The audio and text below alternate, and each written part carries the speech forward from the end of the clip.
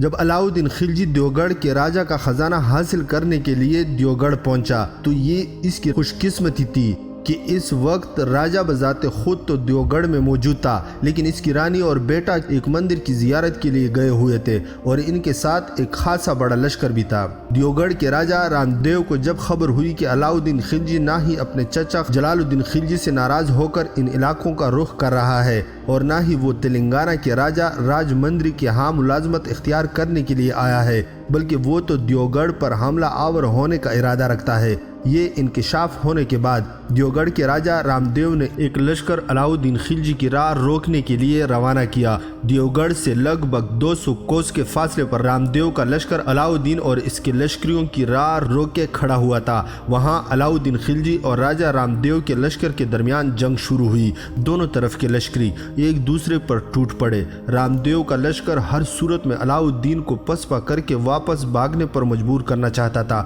دوسری طرف علاؤالدین خلجی بھی تہیا کیے ہوئے تھا کہ راجہ رام دیو کے لشکر کو شکست دے کر وہ ہر صورت میں دیوگڑھ پر قبضہ کر کے رہے گا۔ علاؤالدین ویسے بھی یہ سارا کام بہت جلد نپٹانا چاہتا تھا، اس سے اس کے مخبروں نے اطلاع کر دی تھی کہ دیوگڑھ کے راجہ رام دیو کا بیٹا اور رانی لشکر کا ایک بہت بڑا حصہ لے کر دور دراز کے ایک مندر کی زیارت کے لیے گئے ہوئے ہیں۔ اسی بنا پر علاؤالدین کو بھی احساس تھا کہ رام دیو کے بیٹے کی آمد سے پہلے اسے دیوگڑھ فتح کر لینا چاہیے۔ اسے اس بات کا بھی احساس تھا کہ اگر دیوگڑھ کو فتح کرنے میں تاخیر سے کام لیا گیا اور اس دوران راجہ رام دیو کا بیٹا اور اس کی رانی جس لشکر کے ساتھ گئے ہوئے ہیں وہ لشکر لے کر لوٹ آئے، تب علاؤالدین خلجی کے لیے دشواریاں کھڑی ہو سکتی تھی، اس لیے کہ علاؤالدین کے پاس اس وقت صرف 8000 سواروں کا ایک چھوٹا سا لشکر تھا۔ راجہ رام دیو نے اپنے جس لشکر کو علاؤالدین خلجی کی راہ روکنے کے لیے روانہ کیا تھا، دیوگڑھ سے 2 کوس کے فاصلے پر اس کا ٹکراؤ علاؤالدین خلجی سے ہوا اور علاؤالدین خلجی نے رام دیو کے اس لشکر کو بدترین شکست دی۔ مورخین لکھتے ہیں کہ جس وقت راجہ رام دیو کی لشکری علاؤالدین خلجی کے لشکر سے ٹکرائے تو وہ بہت بڑے بدحواس ہوئے، اس لیے کہ وہ لوگ مسلمانوں کی تیغ زنی اور تیر اندازی اور طریقہ جنگ سے ناواقف تھے، اس لیے جب جنگ کے دوران انہیں مسلمانوں کی نئی طرح کی تیغ زنی اور تیر اندازی کا سامنا کرنا پڑا تو وہ گھبرا کر پہلے ہی حملے میں شکست اٹھا کر فرار ہو گئے اور سیدھے دیوگڑھ کی طرف بھاگے۔ مسلمانوں نے راجہ رام دیو کے لشکر کو شکست دینے کے بعد ان کا تعاقب کرنا شروع کر دیا۔ جب یہ شکست خوردہ لشکری دیوگڑھ پہنچے تب دیوگڑھ کا راجہ رام دیو بڑا پریشان ہوا۔ ان دنوں اس نے دیوگڑھ شہر کے اندر جو اس کا قصر تھا اس میں قیام کیا ہوا تھا۔ اسے جب علاؤالدین خلجی کے ہاتھوں اپنے لشکر کی شکست کا حال معلوم ہوا تو بڑا فکر مند ہوا۔ اسی دوران شکست خوردہ لشکری بھی شہر میں داخل ہونا شروع ہو گئے تھے۔ ساتھ ہی راجہ رام دیو کو یہ خبریں بھی ملنے لگی تھی کہ علاؤالدین اس کے لشکر کو شکست دینے کے بعد بڑی برقرفتاری سے تعاقب کرتا ہوا دیوگڑھ کی طرف بڑھتا چلا آ رہا ہے۔ یہ صورتحال راجہ رام دیو کے لیے یقیناً تشویشناک تھی، لہٰذا شہر کے قصر سے نکل کر اپنے بچے کچے لشکر کو لے کر وہ شہر کے قلعے میں محصور ہو گیا۔ قلعے کے سارے دروازے اس نے بند کر دیے، قلعے کی فصیل کے اوپر اس نے محافظ مقرر کر دیے۔ اس نے تہیہ کر لیا تھا کہ قلعے میں محصور رہ کر علاؤالدین خلجی کا مقابلہ کرے گا۔ اسے یہ بھی امید تھی کہ بہت جلد اس کی رانی اور اس کا بیٹا لوٹیں گے ان کے ساتھ، کیونکہ لشکر کا بہت بڑا حصہ تھا، لہٰذا راجہ رام دیو یہ امید لگائے بیٹھا تھا کہ اگر دیوگڑھ میں داخل ہونے کے بعد علاؤالدین خلجی نے اس کے قلعے کا محاصرہ کر لیا تو یہ محاصرہ زیادہ دن جاری نہیں رہ سکے گا، اس لیے کہ بہت جلد راجہ رام دیو کا بیٹا اپنے لشکر کو لے کر لوٹے گا۔ جب ایسا ہوگا تو باہر کی طرف سے علاؤالدین پر راجہ رام دیو کا بیٹا حملہ آور ہوگا، ساتھ ہی شہر کے لوگ بھی اٹھ کھڑے ہوں گے اور حملہ آوروں پر حملہ آور ہو کر انہیں نقصان پہنچائیں گے۔ اس کے ساتھ ہی راجہ رام دیو کا یہ بھی ارادہ تھا کہ اس کا بیٹا لوٹ کر جب باہر کی طرف سے حملہ آور ہوگا اور شہر کے لوگ بھی اٹھ کھڑے ہوں گے تب وہ بھی قلعے سے اپنے لشکر کے ساتھ نکل کر حملہ آوروں پر ٹوٹ پڑے گا۔ اس طرح علاؤالدین خلجی کوئی کامیابی یا دیوگڑھ سے کوئی فائدہ حاصل کیے بغیر شکست اٹھا کر واپس جانے پر مجبور ہو جائے گا۔ جن دنوں علاؤالدین خلجی کے مقابلے میں راجہ رام دیو کے لشکر کو شکست ہوئی اور لشکری بھاگ کر قلعے میں داخل ہونے کے لیے آئے تھے، انہی دنوں شہر کے اندر کچھ سوداگروں نے قیام کیا ہوا تھا۔